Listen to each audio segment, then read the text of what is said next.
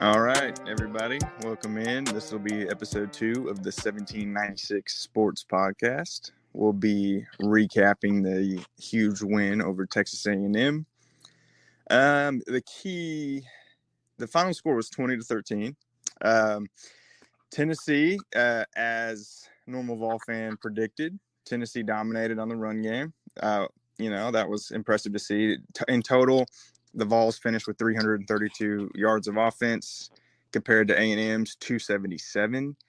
Kept them under 300 total yards, which is very impressive. Overall, Tennessee went 7 of 15 on third downs. A&M went 5 of 15 through the air. If you just read this right here, the Vols only had 100 yards passing. You would definitely think we got killed. But we did not. 232 yards on the ground compared to A&M's 54. That's really the difference. Time of possession was about even. It was a minute different. Texas A&M turned the ball over once more than the Vols did. Texas A&M had 2 turnovers to the Vols only had 1.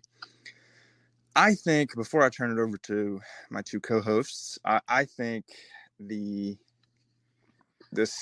statistic that stands out to me is the Aggies averaged less than 2 yards per carry, which is abysmal. It's the second game in a row they've done that, and I think that is definitely impressive to me. What do you guys think? Ryan, you go ahead and take this one. Yeah. They just dominated in the trenches. Both ways. And you wouldn't expect that. This win was – I don't think people are given the credit that the team deserves. I don't know if y'all are familiar with the 247 talent composite, but Texas A&M is ranked 4th in the country in talent. And we were able to handle them when we clearly didn't have our best game. Heupel didn't have his best game coaching. Joe Milton certainly didn't have his best game. And in spite of all that, the Vols found a way to win. So I thought it was very impressive. Yeah, I definitely agree with that. Going to your comment about Josh Heupel, I think you're right. There's a couple instances, and I'm talking about, after we missed that first field goal, it was 4th and 3. That's one of those where, I'm not going to say anything really because I'm not an SEC coach. I'm not a coach at all. But that's one I'd go for, other than the one that we went for at 4th and 7 late in the game. There's little things like that, but you know what? At the end of the day, it worked out for us. The thing I will give Coach Heupel credit about is, man, you know what? The pass game ain't working. And he said, all right, well, the run game is. And he kept going. And yep. Like I said in our first podcast, man, like our run game is so hard to stop. And it's because we have a 3-headed monster.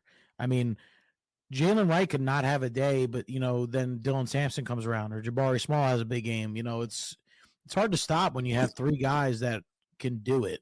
And then not only that, Joe Milton ran a little bit.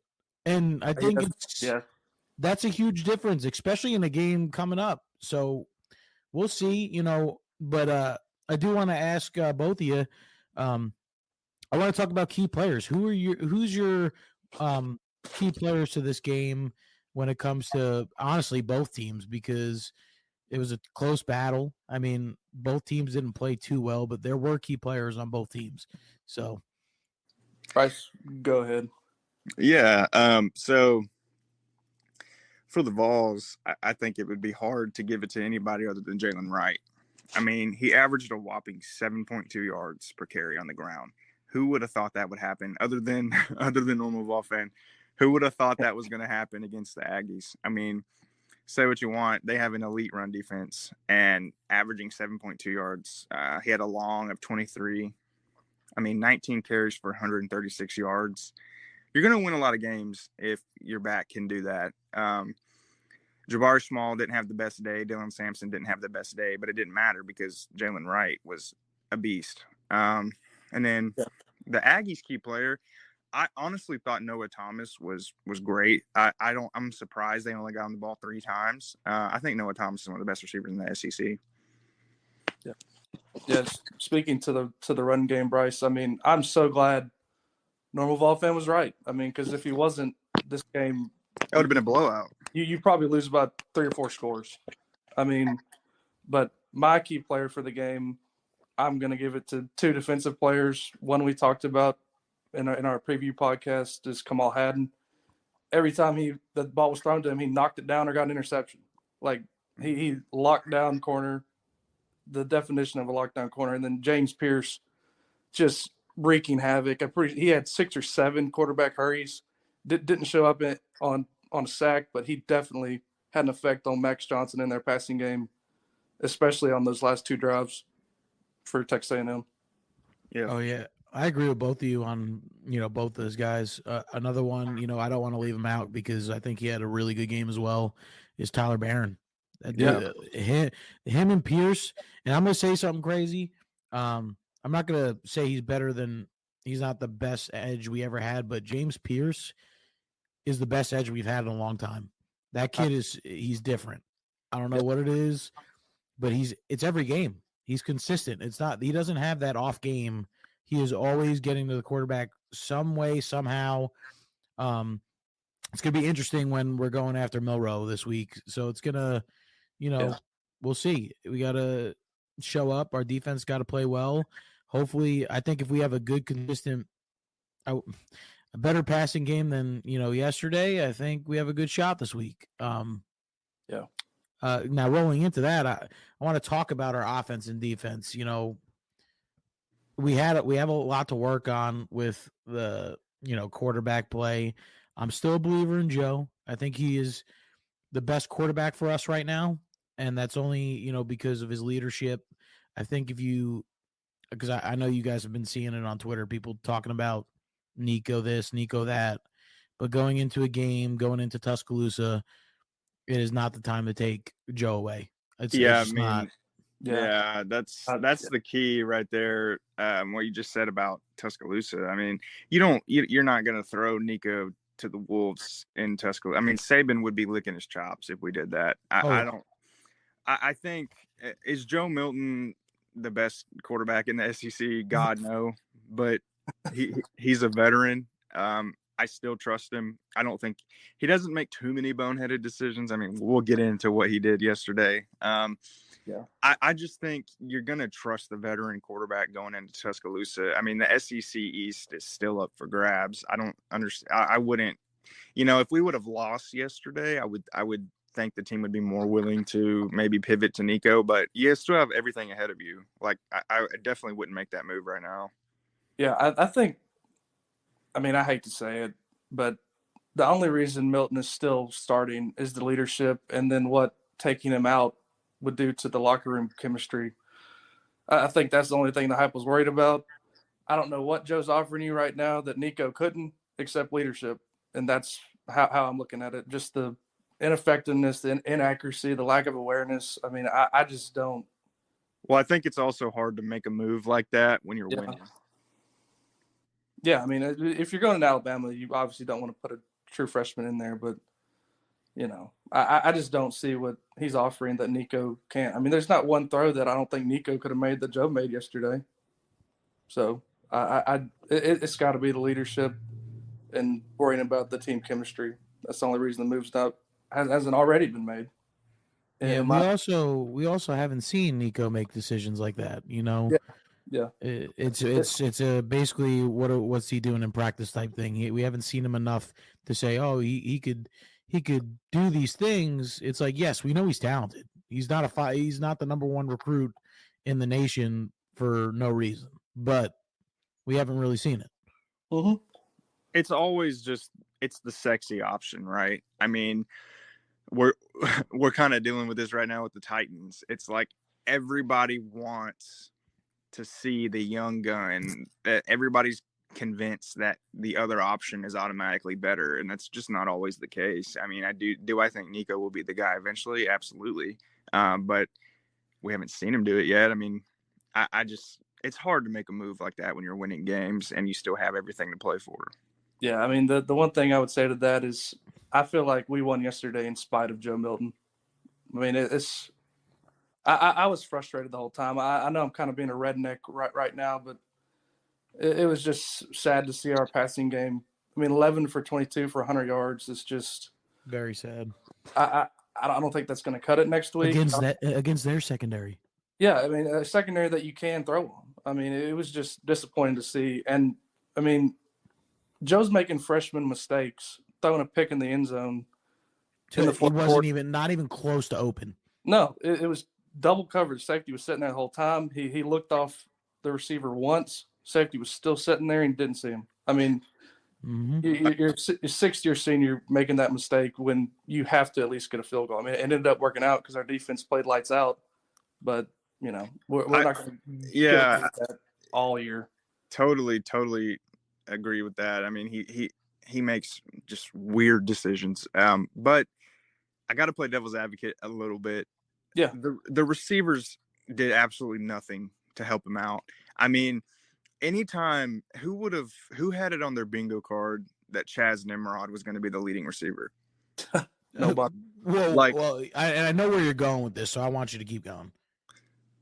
Okay. I just think, I mean, can we just call a spade a spade? Ramel Keaton is not good. Regressed heavily. Everybody was hyping him up, and I mean, I want him to be good. I would love for him to be good. The thing is, though, he's a fifth-year player, right? I mean, if he's not catching the balls that he's supposed to catch right now, when is he ever going to? He's not a young guy. I mean, this is who he is. This is who Ramel Keaton is. He's not somebody that you're going to be able to rely on. And is Dante Thornton? I mean, what is his injury more so serious than we know, and they just don't want to say that? I mean, if you look at the box score from yesterday, the fact that if you told me that Chaz Nimrod and Squirrel White were the only wide receivers to make a catch, I would think we got boat raced. Yeah. So, I mean, that's just I just don't understand it. I don't understand the disconnect. I mean, Ramel Keaton has physically, he should have all the tools to be an elite SEC receiver. I don't know if it's a mental thing. I don't know what it is, but there's a disconnect there. I mean, he seems like he's never on the same page with Joe Milton. I'll let y'all take over from there. Yeah, from what I understand about how the offense works, the receivers have to make reads before the ball is snapped and while the play is going on. It's a tough position in that offense. So that's probably the only reason that Keaton is still seeing the field at this point. I mean, that ball he dropped, it's like something you throw to your kid in the backyard. Like it wasn't even that hard of a, like it was dropped in a bucket, even when Joe Milton was getting slapped in the face. One of his best throws of the day, and Keaton drops it. So it's just disappointing to see. And for Thornton, I think he's still on that learning curve of, like I just said, the receivers having to make reads. So that's how I see the receivers right now. And we're talking about our passing game. It could have been a lot different. You look at that, like the catch we're talking about. That's a 40-yard, maybe 50-yard touchdown pass right there. Yes. So that goes to 100 to 150. And then you had that deep ball to Ramel Keaton that could have been a pass interference. I'm not going to get into all that, but I mean, let's say he wasn't touched and he caught it. It's another like 80 yards or whatever it was. You know, my thing is, and with the deep balls for Ramel Keaton, he needs to stop. With Joe Milton, you know Joe is throwing it. It's going to be 5 yards ahead of you. He needs to quit turning around and slowing down. Because the ball's 5 yards ahead of you. If you do that, you're slowing down. That's why it's overthrown. And he's missing him by like a foot and a half. And that's because he turns around and he's just slowing down. Yeah. And, you know, the passing game looks a whole lot different with a couple plays that went our way. So I'm not really like disappointed in Joe. Yes, he made a couple mistakes, but there's also that Ramel Keaton pass play that was a touchdown. So it changes the whole game in that essence, because it would be Joe Milton would have had 150 yards with 2 touchdowns and an interception, and everyone would have been, oh, it's just an average day, you know? So that one play changes a lot.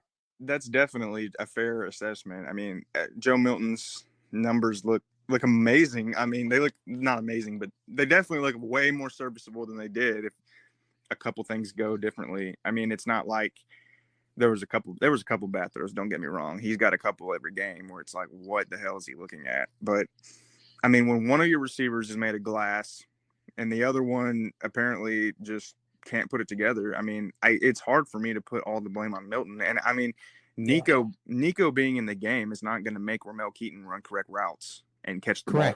Correct. Absolutely. Yeah, it's certainly not just Joe. You got to, I mean, like we just talked about, you got to bring the receivers into it as well. I mean, you lost 2 draft picks. I mean, elite receivers. So, I mean, they're still on the catch up at this point. I mean, and I just want to say real quick, it feels good to be bitching about a team that's 5-1. Yes. Yeah. This is how it's supposed to feel as a Tennessee fan. This is what we were deprived of for 15 years with the slew of buffoons we had at running the program. So it feels good to be disappointed with 5-1 in the middle of October. I would have been doing backflips for this under Butch Jones.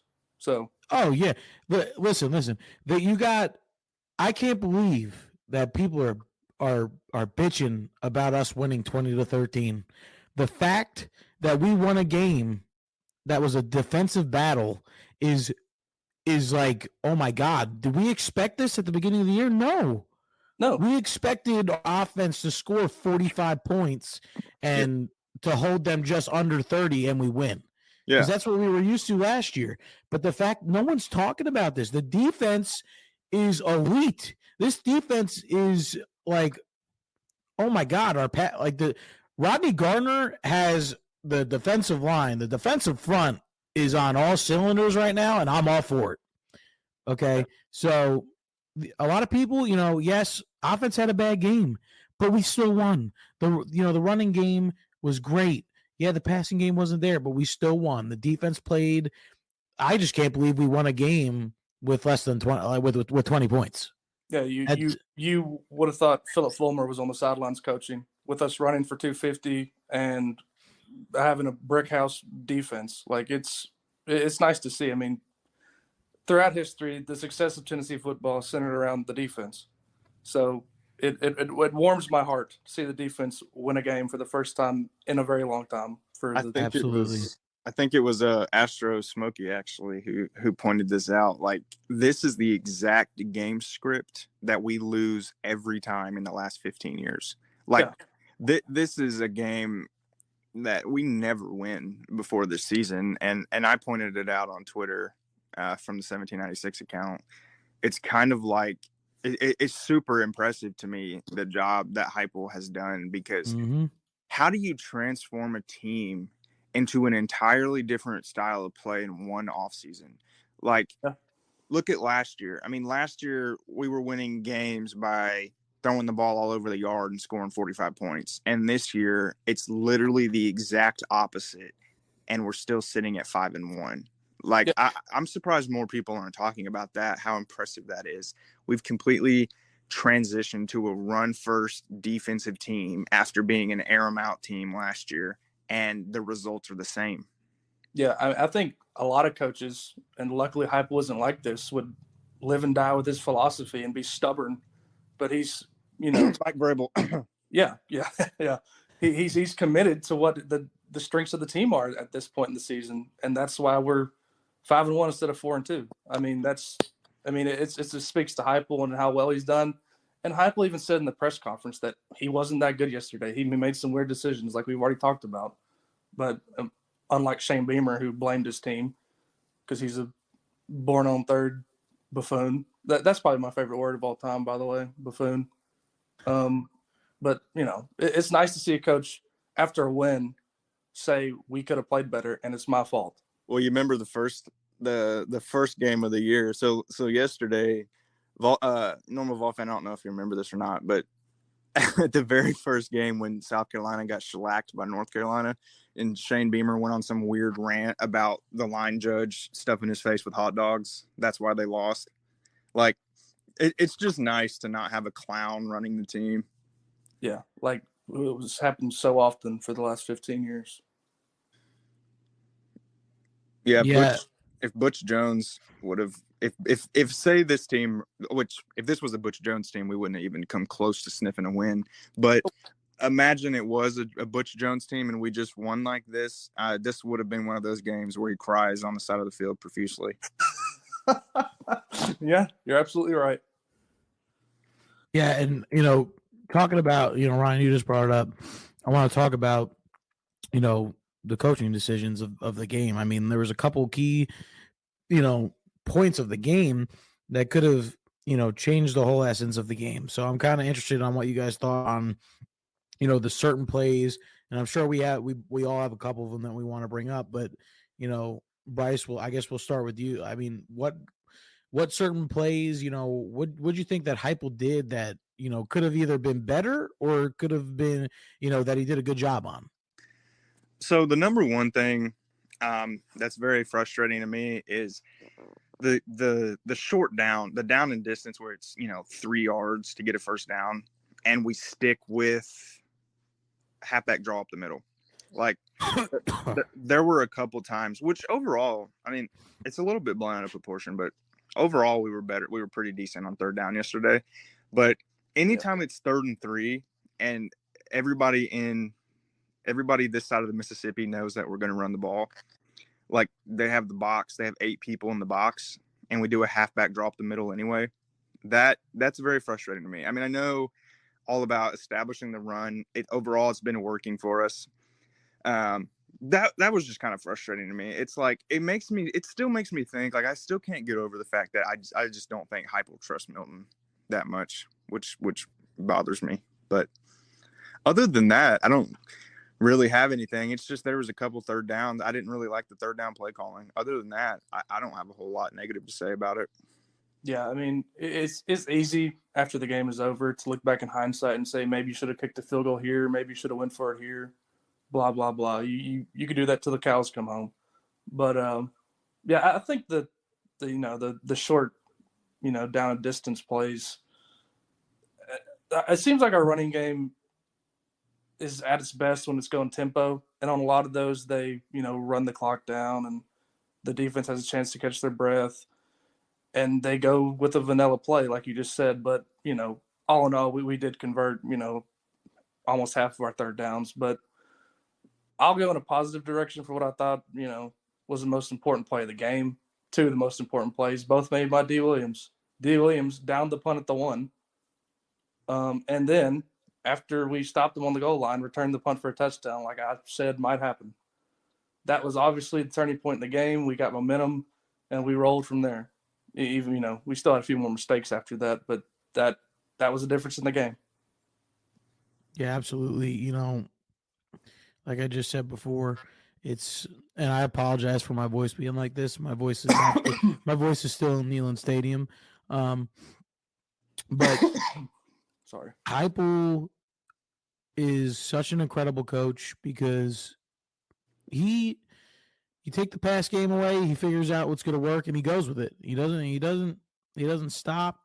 He knows what he's got to do. He figures it out mid-game, and a lot of coaches in the past wouldn't have done that. Would have kept trying the same thing, and like I said, it ain't even about the coach right now, but man, that defense is good. I am so grateful we have a good defense this year, and this is why I'm not gonna say we're gonna beat them, but if if November comes around and we're looking good, I'm sorry, that stadium is gonna be rocking for that certain game that I'm talking about, and I think our defense has the capabilities of stopping them, and it's gonna be interesting. But anyway, I want to go into the next topic that I really, really want to talk about. If you guys had to pick one game-changing moment, any pivotal moment or any play that you think of that had a significant impact on this game, what's that one play? Yeah, I just said mine. So Bryce, if you want to steal it, go ahead. But Yeah, I mean, I think it's very hard to not go with the touchdown, the punt return by D. Williams, which By the way, how impressive is that? You called that, Ryan. Good job.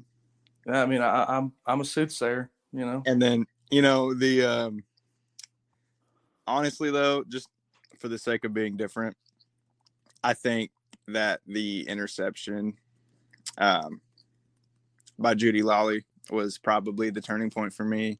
It's just nice to see somebody get a big interception. I think we all three mentioned before the game in our initial pod, we all mentioned that Max Johnson is not careful with the ball. I mean, they're towards the end of the game when he was trying to make plays, and Gabe got one, and then Kamal got one. I just think once, especially with a quarterback like Max that's not used to starting, when you throw that first interception, you're more prone to make mistakes, start seeing ghosts. So, yeah, I mean, it was. I mean, you've already alluded to it, Bryce. I mean, in the past, when we were up 17-13 and they had the ball with 3 minutes left, we lose that game. They drive right down the field. They get a touchdown, and we either go to overtime and lose or lose in regulation. But it's nice to finally see the defense step up twice, and come up with turnovers to leave no doubt. They weren't knocking on the door at all. They were barely past midfield. I mean, I don't think they did get past midfield in either of those drives. Like, they slammed the door. So that was incredible to see. Yeah, I agree with you with the whole, punt return, because that was huge. The guy sitting in front of me he actually turned around and said he's running it back, like right before it was even kicked, and it happened. But my key play to the game is actually what happened before that. That punt changed the game. That one, getting on that 1 yard line, we all knew. Me and my the guy that sits next to me, I held up the safety sign for that whole time we were waiting to see what happened. Okay, my arms hurt. I was after the couple stops. Me and him looked at each other. We're like, we're not putting it down. Not putting it down. Sorry to the people behind us, but yeah, I think that was a huge play. And then the defense comes up clutch, doesn't let up anything, and then again we get to that punt. So that, I think the punt led to all that. And I'm not taking anything away from D. I think D is the best return man in college football. But yeah, I think that's it. I think that was the turnaround. That was the turnaround point, and I think we all knew it. I think we all knew it in the crowd when that happened. Yeah, I mean, and D made both plays. I mean, can we talk about how much Jackson Ross has improved as a punter since the Virginia game? dude, It's absolutely hapless, and now he's pinning him on the 1 yard line in a huge game. I mean, he has improved tremendously. But yeah, D Williams down at the one and then taking it to the house. I mean, that's incredible. I mean, Jackson, just to kind of piggyback off what you just said, Jackson Ross punted it 3 times yesterday. 2 of those 3 were inside the 20. I mean, that makes a huge difference, especially when you're at home and you're playing against a backup quarterback, pinning him inside his own 20 twice. I mean, that's huge. Yeah, absolutely. See, I didn't like the whole hold it, run to the side, and then kick it thing. I love it. It is the best. Like, I'm honest. Like, I hated it at first. I'm like, what is this guy doing?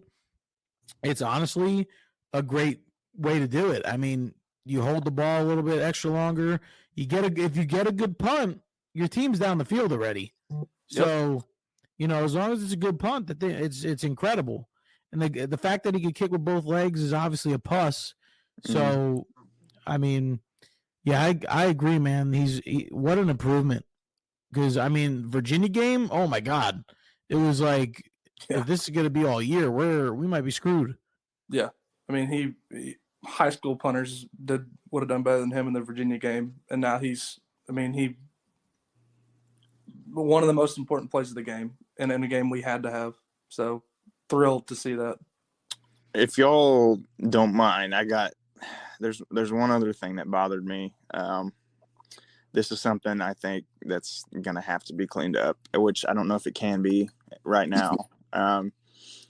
So we had 12 penalties yesterday for 115 yards. I mean, that's absurd. Multiple were drive killing on the offensive line, which is concerning. I mean, when it's at home, typically you would think the other team would have more penalties, which they had a lot too. I mean, they had 11. But the thing is I just think that's very disappointing to have 12 penalties and over 100 yards of penalty yards at home. I mean, that's something that's got to get cleaned up. It didn't end up killing us yesterday, but that's the type of thing that can kill you when you're playing Bama or Georgia.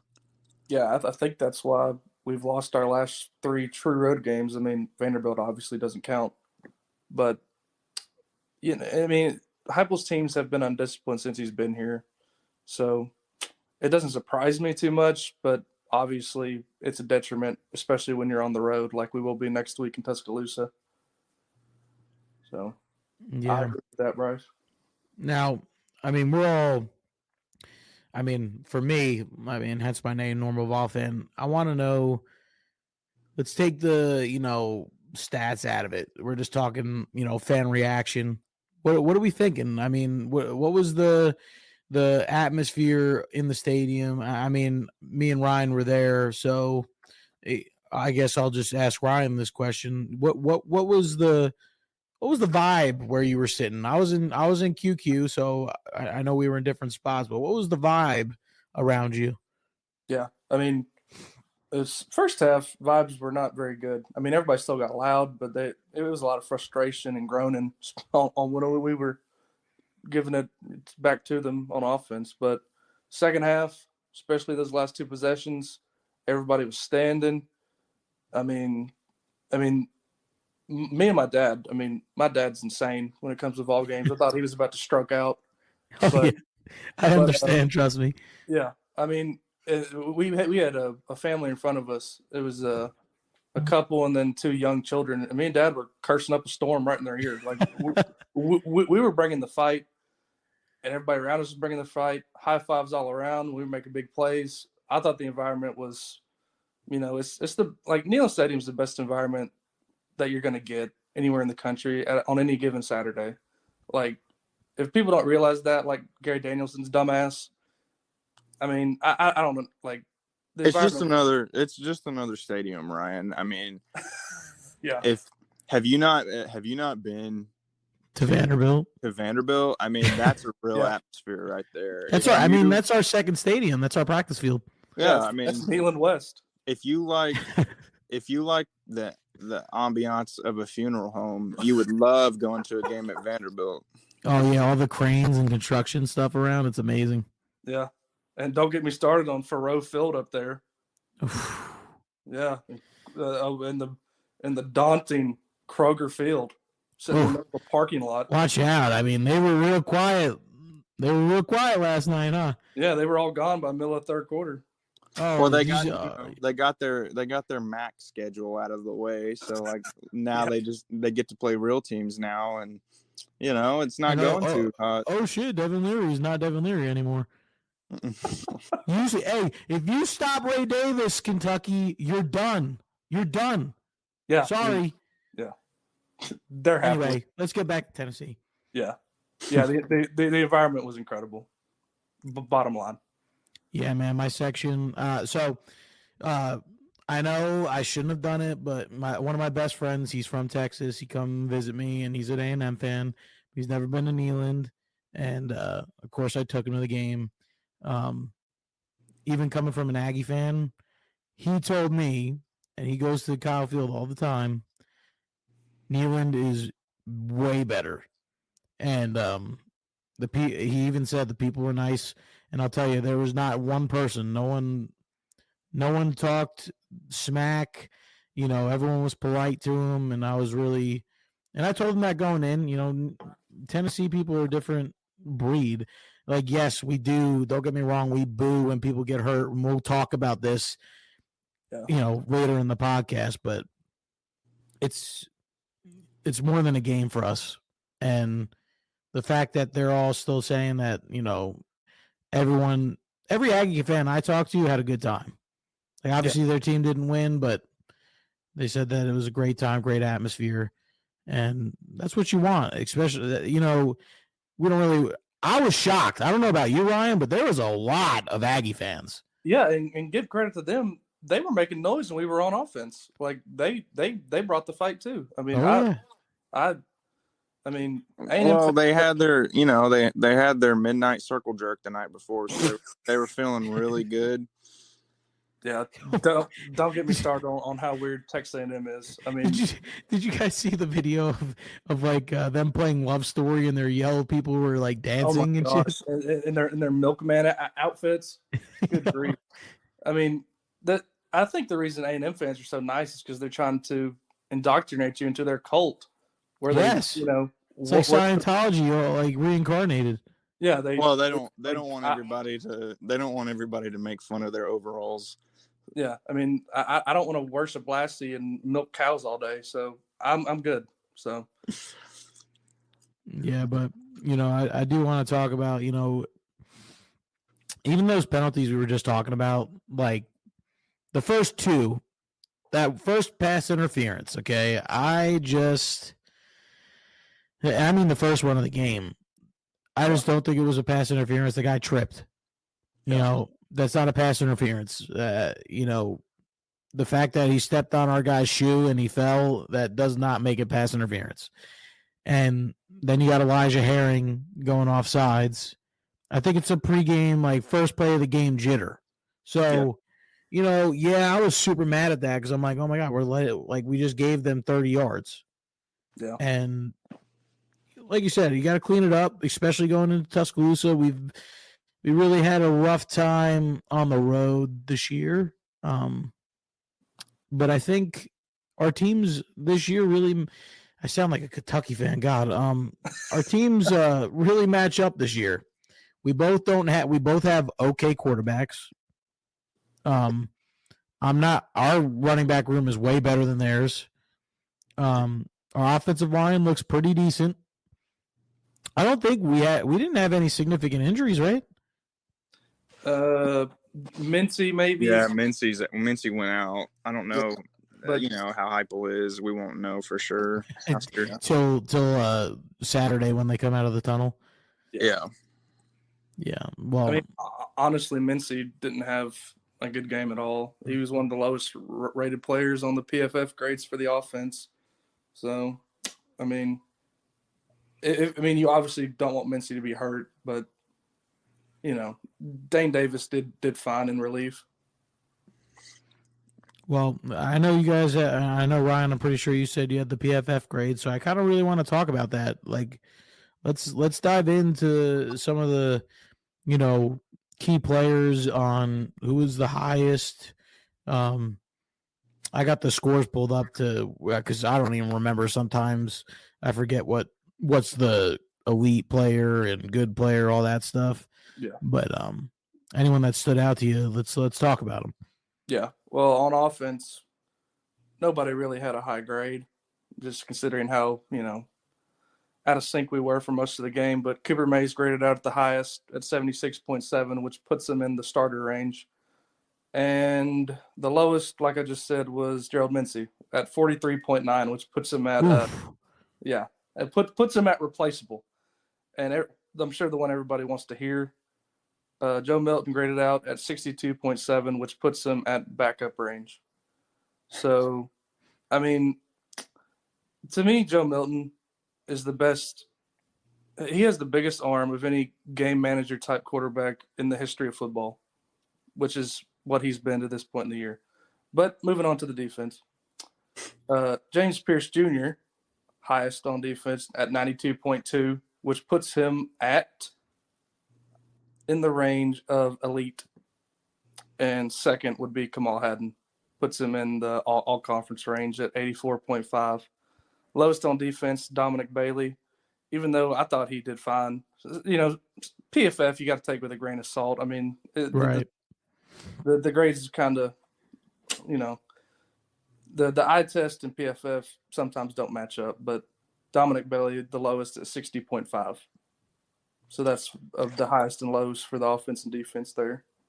I mean, yeah, I know that you're going off of the people who actually played, but Danico Slaughter, had a terrible grade. He only played 10 snaps though, so read Yeah. into that what you will. What I noticed about on the offense grades, at least, Ryan, did you by chance get a sneak peek at the receiver grades? Yeah. Keaton was second lowest. Yeah, 45.4. yeah, that's abysmal. And the highest graded receiver was Nimrod. and he had at 68.8. So no receiver really covered themselves in glory yesterday. Well, and Nimrod, he had how many plays did he even play? 44. Right, and you got it's just not acceptable. It's just not. I mean, think about this. Like, so I hate to do this. I mean, we won. You don't want to be too negative, but Ramel Keaton played 77 snaps, which was by far the most.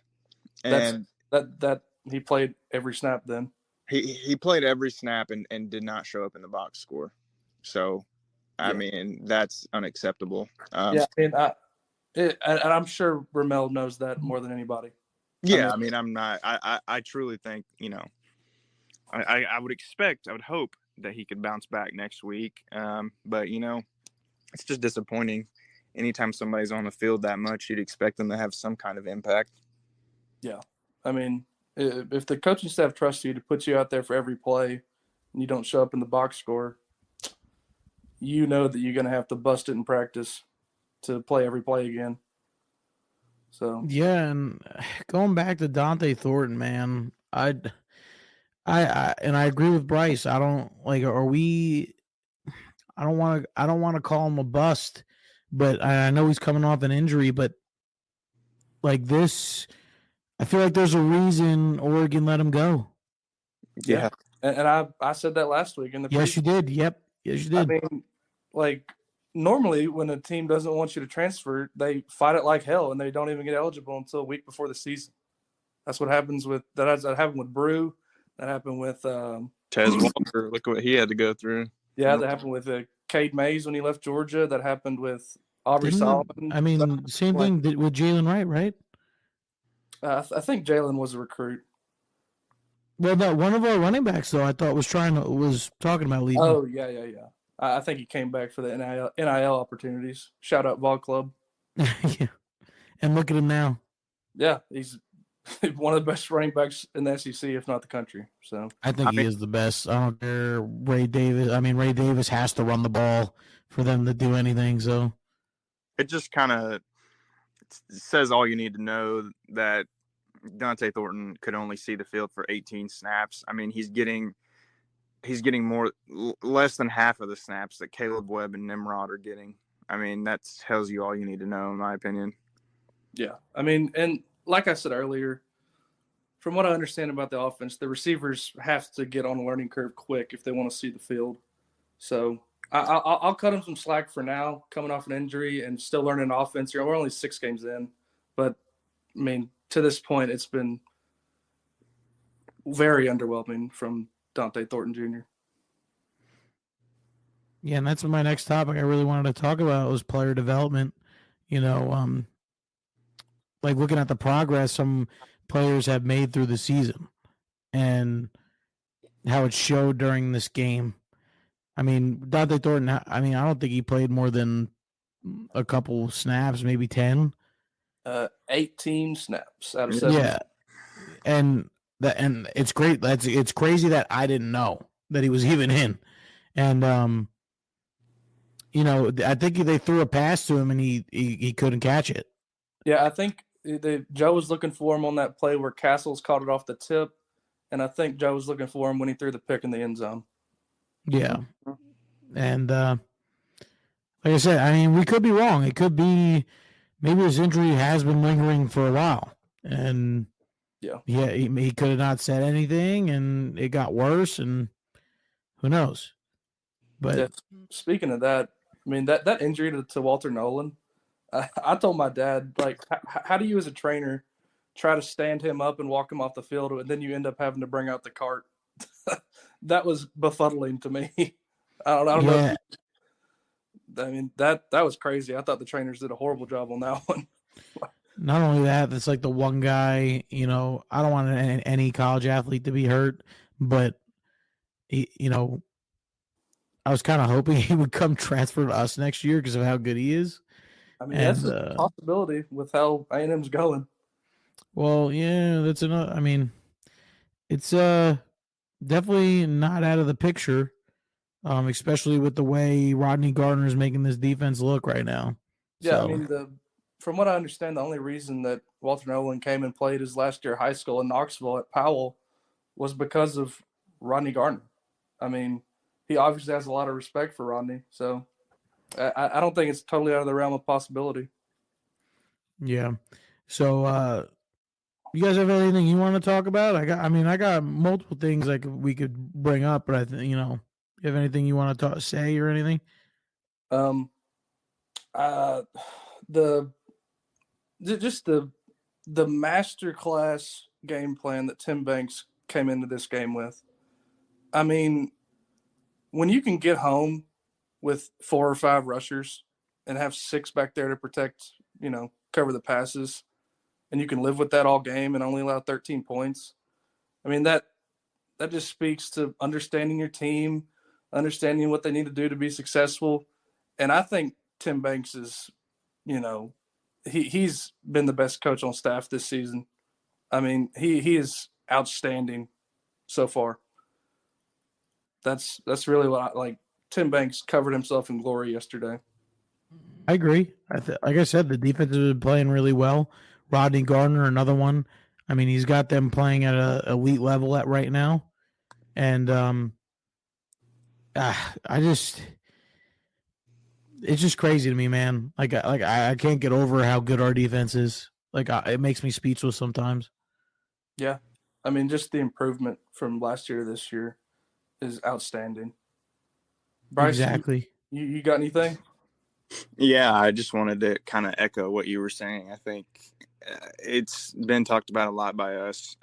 Hasn't been talked about as much nationally. I think we kind of beat Texas A&M at their own game yesterday, which Yeah. was the most impressive thing to me. Oh, and by the way, I said in our first podcast that Le'Veon Moss sucks. Yeah. Yeah. He finished with 62 yards, so bite me. He also dropped that pass, that screen pass that would have gotten somewhere on their, I think it was their second to last possession on the first interception we had. That play would have got 15, 20 yards if he got that, and he just dropped it. I just think my number one takeaway is going to be that no matter what, however we have to change our style, like our team is capable of doing it. I mean, coming into the game, you would have thought there's no way. I mean, you guys didn't. You guys thought we could do it, but most people would think, oh, there's no way Tennessee's going to run the ball in Texas A&M. Like, Texas A&M is awesome. And then, something that also I think is impressive is our offensive line only gave up 3 sacks. I mean, yeah.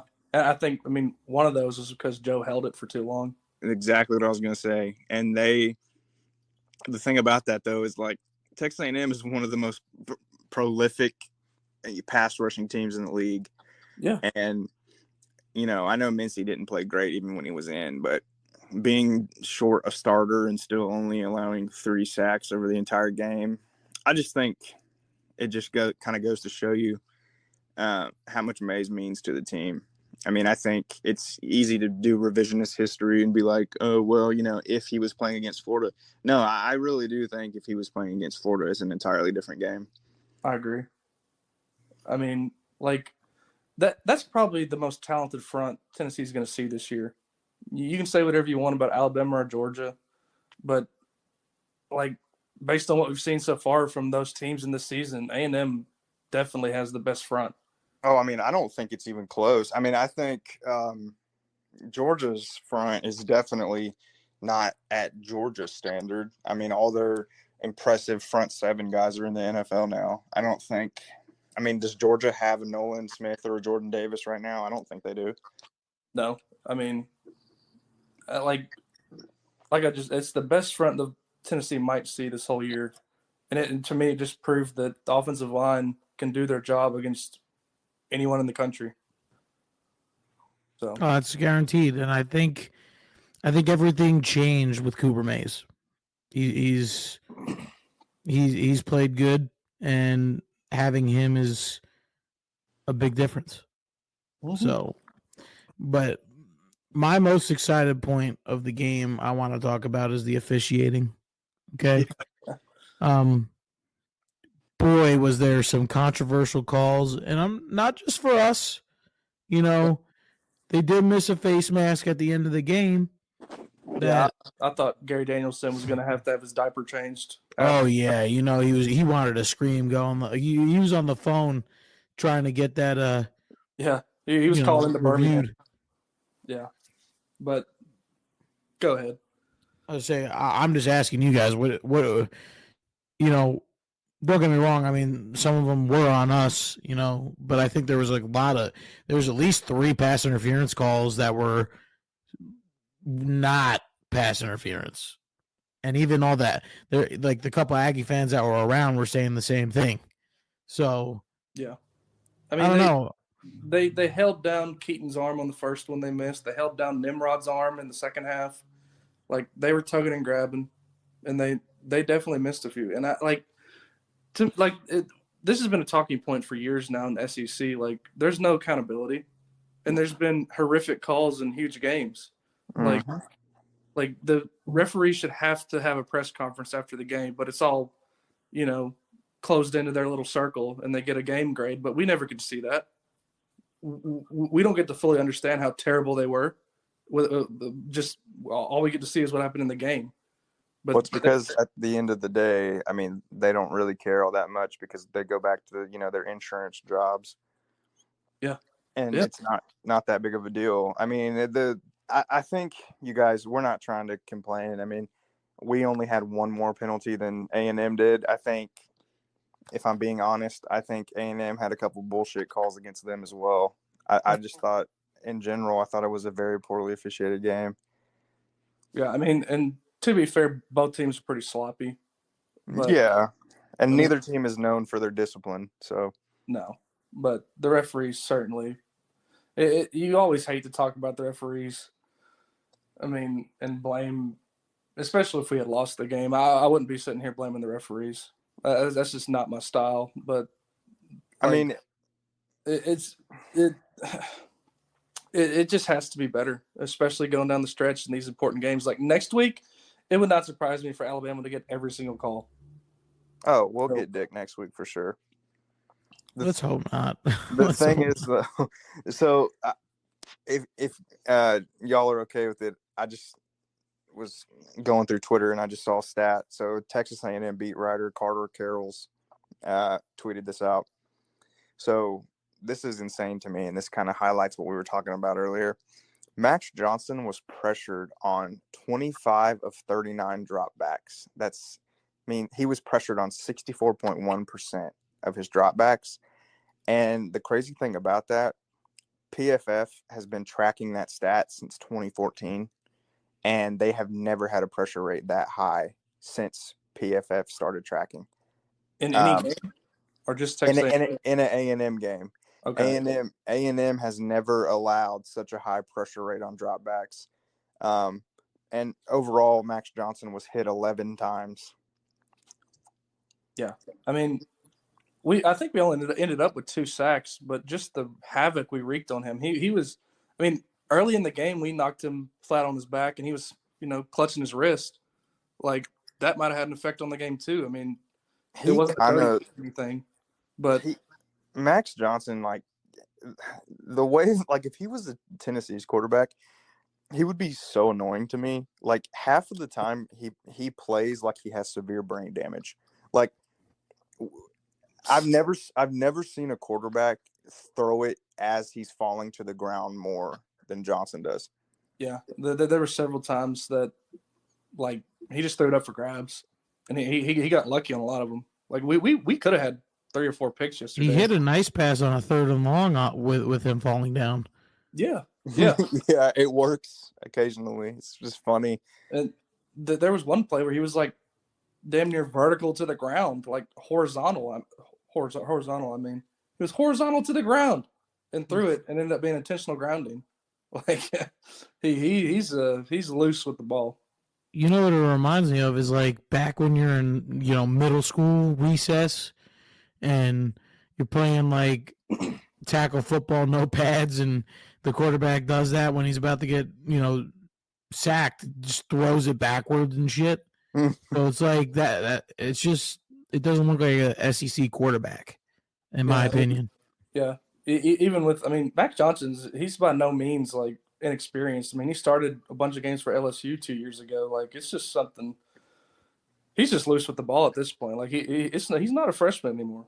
He's a veteran, and he's very careless. Well, it's like we said before the game too. Like, he doesn't take care of his body either. Like, he lets himself get hit quite a bit, and it looks pretty painful. Like, I'm assuming he's probably not feeling too good this morning. Yeah. Oh, I mean, no shot. I wanted to go ahead, bud.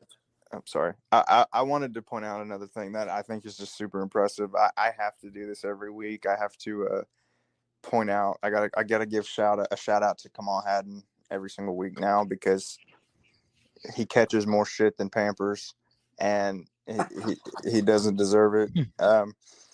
I think I called before the game. I called A&M's receiver group probably the best in the SEC as far as talent goes. I mean, and I don't think that's a stretch. I mean, Moose Muhammad, Evan Stewart, Anaya Smith, Noah Thomas. I mean, that's about as good as it gets.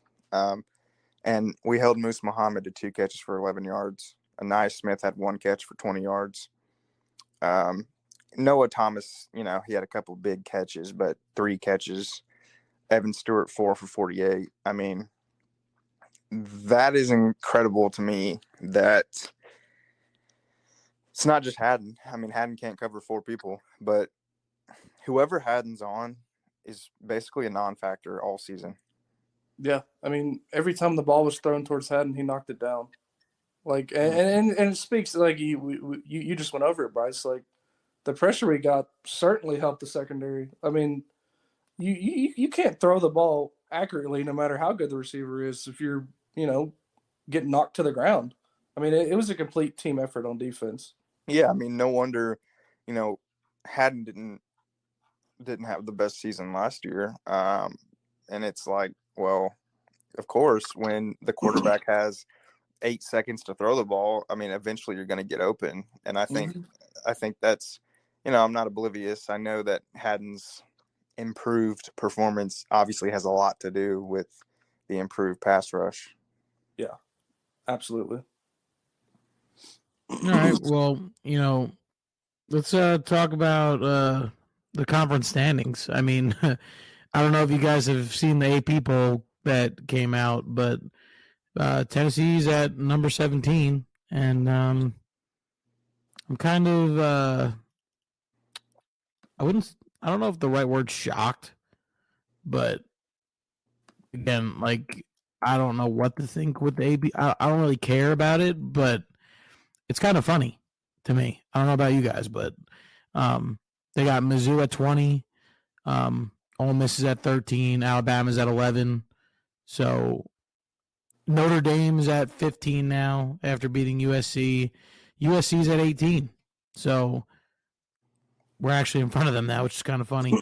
But what do you guys think about that? You take it with a grain of salt, or are you shocked like I am, or what? What are you guys thinking?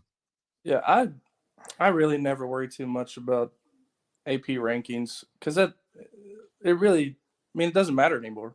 The college football playoff rankings are what matters now. I mean, at this point, the AP poll is just a marketing tool to promote matchups. That's all it is to me at this point. And AP voters have proven their, ineptitude over the years. So I'm not surprised at all with how things rank. Yeah, I mean, I don't have a huge problem with it. You move up 2 spots for beating a team that's not that great.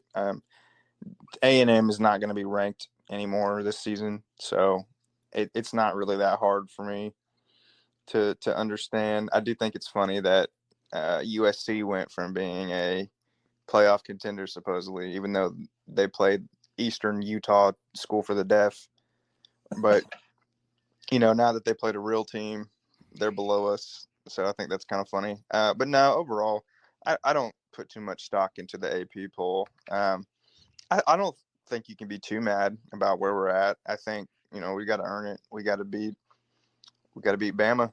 You got to win one of these big games against an impressive team for people to start noticing. Yeah, I mean, and we would probably be top 10 if we didn't stumble at Florida. So I mean that's our fault at the end of the day as far as where we're ranked. Oh, and I agree. I think we should be 6-0, but the way I look at the AP poll, though, and I get what you're saying. I agree. I think it is a marketing tool, but I think Tennessee's better than Duke. I think Tennessee's better than Notre Dame, Utah. I think we could beat Ole Miss, Oregon State. We could. I mean, like, there's a lot of teams up there that Tennessee could either definitely beat or compete with. So that's why it's kind of upsetting that the top 25 is not what it's supposed to be. Yeah. It's more about exactly. It's not a power rating. It's not about, I think even most AP voters would agree that if Tennessee and Duke played on a neutral field, Tennessee would be a big favorite. Which is kind of why I don't put stock in it, really, is because they're not even pretending to tell you who the best teams are in what order. What they're doing is they're going off of resume. Yeah. It's like 90% resume. So, it's kind of, irrelevant to me. Yeah. I mean, I don't think the first AP poll should come out until like week 4. Like it gives you, like, you're just betting on teams. That's why so often there's top 10 teams in the preseason every year that end up winning like 7 or 8 games. Like, they're going off reputation, just like Bryce said. They're going off recruiting classes, which don't always work out. See Jimbo Fisher. Like, it's just a crapshoot. So I don't think there should even be preseason rankings. Like, just give it a couple weeks, and you get a better reading. A couple years ago, it was funny because in the first I think it was 2021, in the first preseason poll, Tulane was ranked number like 23, and they ended up winning 2 games. Yeah, just stuff like that every year because they're just guessing. So now going into the conference, we'll talk about the East. I mean, the East is up for grabs. I mean, it's not really up for grabs because I see Florida losing a couple games here at the end of their schedule. Yeah. But I mean, do you guys believe that next week's a must win, or do you think for the East, like talking about the East, we could lose this game? So the thing is, if you lose this game, you have to win Georgia. I mean, you have to win Kentucky. I think if you the thing that worries me is that Georgia. Who do you see Georgia losing to if we don't beat them? I mean, because here's the thing: Georgia plays Missouri in a couple weeks, but we're going to need Missouri to lose that most likely. So, yeah, I mean, for the East, it's a 3-team race at this point. It's Georgia, Missouri, and the Vols. Like, it's just like you said, Florida's going to lose it. They're going to lose to Georgia. They'll probably lose to Missouri. Like, it's a 3-team race. I mean, and this is why that yesterday's win was so important. If you lost yesterday, you're looking at 4-2 going into Alabama. And unless we, play the best game we've played all year, you're looking at 4-3 going into Kentucky. So that's why yesterday was so important for the standings. Like, you would have been dead and buried if you didn't end up winning the game yesterday. But,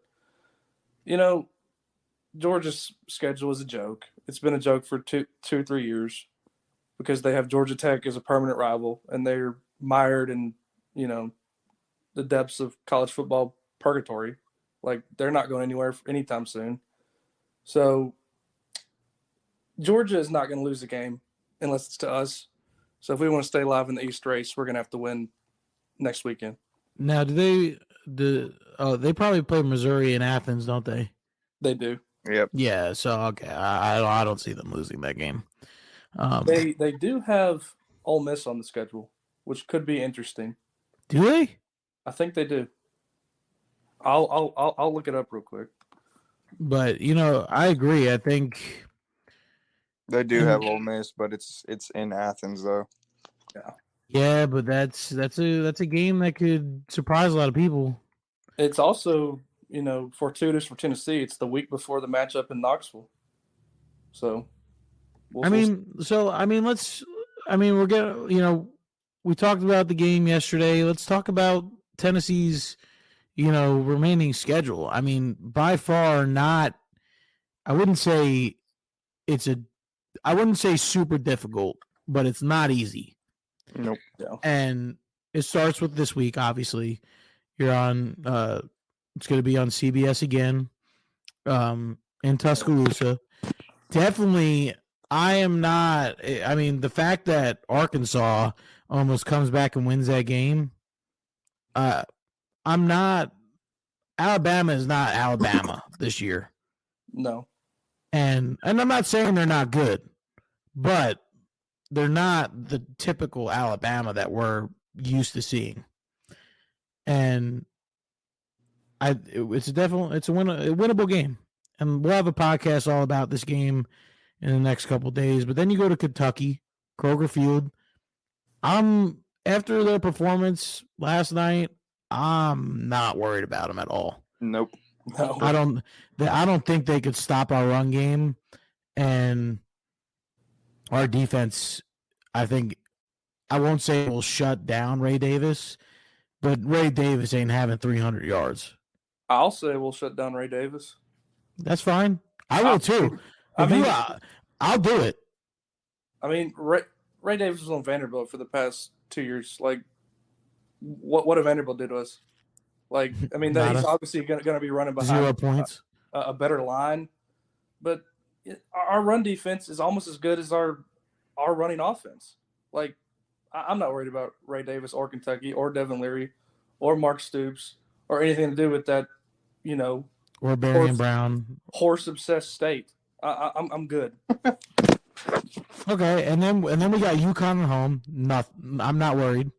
No. Now we can't sleep on it, but you just go take care of that game. It's at home. No, I mean, yeah, you can sleep on that game. I think I think UConn would have a hard time with the Knoxville School for the Blind. I think the most likely loss, besides obviously Alabama and Georgia, is Missouri. Missouri has the offense to score on Tennessee. I mean, I just don't think they have the defense to stop Tennessee's offense. That's where I was about to go. I mean, I think if Missouri wins that game, it's going to have to be a shootout. So, Missouri's receivers do scare me a little bit. Luther Burden is awesome. Theo Weiss. Brady really Cook's been playing out of his mind. Yeah, definitely. That's not plus it's on the road. Yeah, like typically we would look at Missouri and say that should pencil that in as a W, but I don't think you can do that this year. I think that's going to be a tough game. Heupel does seem to not care for Eli Drinkwitz though, considering he's put a 63, 2 years in a row. Yeah, but they certainly have the best team they've had since they won the East 8 years ago. So 9 years ago. So I think it'll be a tough game up there. But yeah, then we go into Georgia. Georgia comes to town. I mean, in a perfect world, here's my thing. I think my outlook is we'll end up going 3-1 in the stretch, and this is just me being optimistic. Of course, in my head, I'm saying we're going to win all these games. It's very possible to get to Georgia, 9-1, and we'll see. I mean, if that happens, that might be the most hostile environment in college football history. Yeah. I mean, I don't think that's hyperbole at all. I mean, that's been the game. Like last year, they, dominated us in Athens. I mean, absolutely. Like, dude, like Tennessee would be ready for that game, and Tennessee also has to make it mean something when that game rolls around. I mean, you got to take care of business before that. But yeah, if we get to that game 9-1, you can bet the house that people are going to be out for blood. Oh yeah, and I will be one of the Twitter advocates.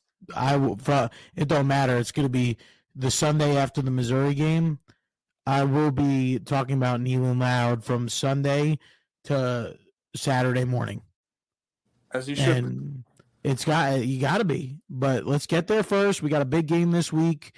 I don't know about you guys. If you have anything else you want to talk about, we could definitely talk about. But it's really all the topics I had. But we're going to be talking about Alabama here in a day or two. But we need to focus up, get some rest in, and head to Tuscaloosa. Hopefully, bring home a W.